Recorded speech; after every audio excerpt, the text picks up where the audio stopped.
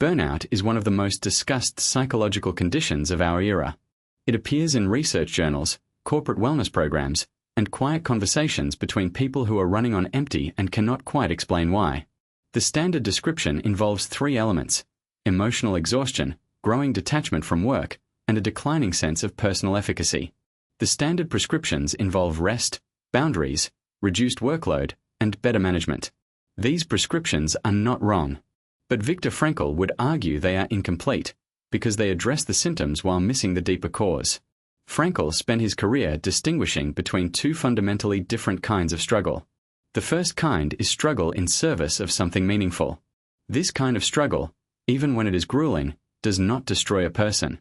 It can actually strengthen them.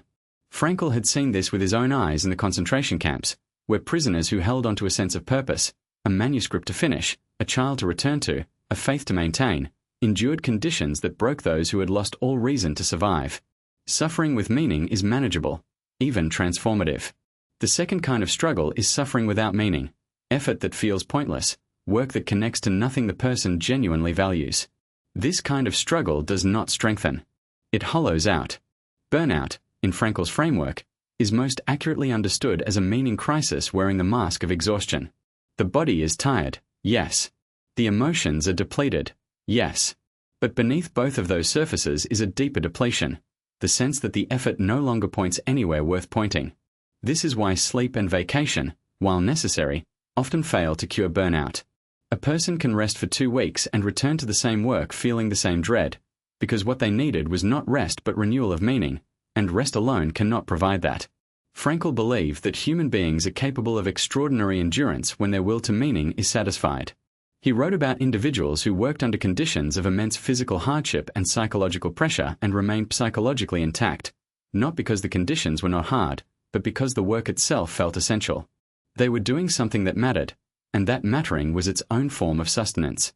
The converse is equally striking: people in objectively comfortable, well-compensated jobs who nonetheless feel chronically depleted, because the work does not connect to any value they genuinely hold. The existential vacuum plays a direct role here. When a person has not developed a clear relationship with their own values and sources of meaning, when they have drifted into a career based on parental expectation, social pressure, or financial necessity alone, they have no inner reserves to draw on when the work becomes difficult. The difficulty is not balanced by the sense that this difficulty is for something. It simply accumulates. What builds up is not just tiredness but a kind of moral fatigue, the exhaustion of a person who has spent years giving their energy to something they do not believe in. This does not mean that everyone experiencing burnout is in the wrong career. Frankl would be careful here.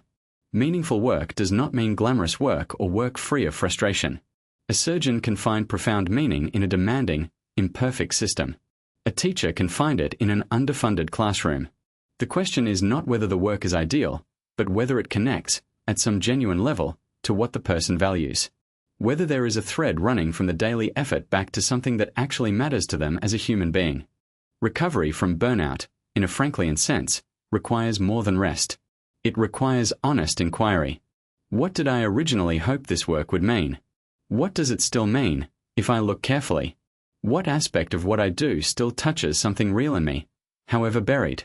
And then, harder still, if the answer is genuinely nothing, if meaning has been lost not just obscured, what changes are necessary, and what am I afraid of in making them? Frankl was not naive about economic reality or the difficulty of change. He did not tell his patients to simply quit and follow their bliss. But he insisted that the question of meaning must be taken seriously, because ignoring it does not make the vacuum go away. It only ensures that the burnout returns after every recovery, because nothing at the root has been addressed. The most important shift Frankl would encourage is not a career change but a change of orientation. Begin asking not what you expect from life, but what life expects from you. What task, relationship, or contribution is waiting for your specific energy, in your specific situation, right now. That reorientation, even before anything external changes, begins to refill what burnout empties. Subscribe to The Psychology of Viktor Frankl to explore more of his timeless ideas.